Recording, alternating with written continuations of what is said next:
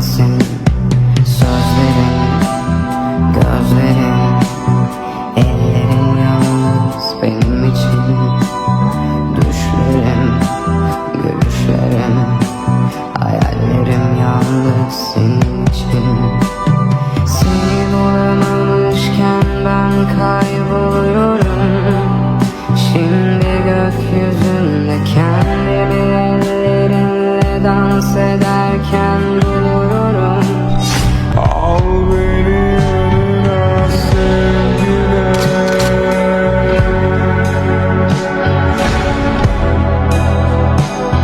Seni bana geri ver sevgile.